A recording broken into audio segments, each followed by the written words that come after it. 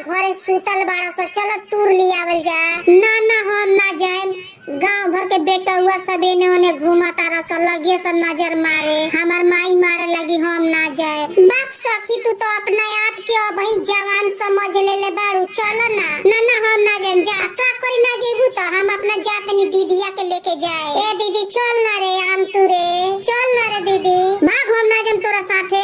ते बड़ी चालाक हो गे, लेके जाले इंगे भुलिया के हमरा के आ भुजरी बनवा के आम के सब अकेले तोरा काली मई तोरा पेट में समाई रहली, सब ते खा जाले, हम तोरा साथे ना जाए। ए दीदी चल ना, हम ना खाएम, चल आज के ही सब खाइए दीदी, चल आज हम बिल्कुले ना खाएम। अरे आम तू रे चलू रे दीदी, जटली के बरिया रे पछिम के बरिया मोरे दीदी रे।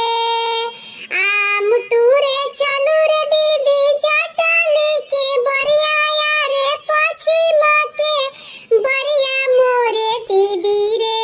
ले ले ना झटहा बरिया मोरे दीदी रे, ले ले ना झटहा बरिया मोरे दीदी रे।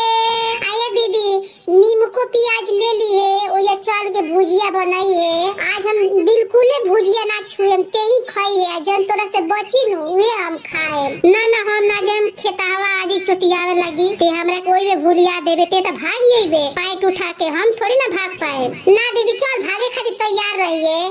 अरे साथावा में ले ले रे दीदी नीमक पियजिया रे, नीमक पियजिया मोरे दीदी रे। भागे खातिर रहिए तैयार मोरे दीदी रे, भागे खातिर रहिए तैयार मोरे दीदी रे। तो चल चलते बानी, देखो तनी तोर इरादा कैसन बा, ते बदला तारे की का करत रे।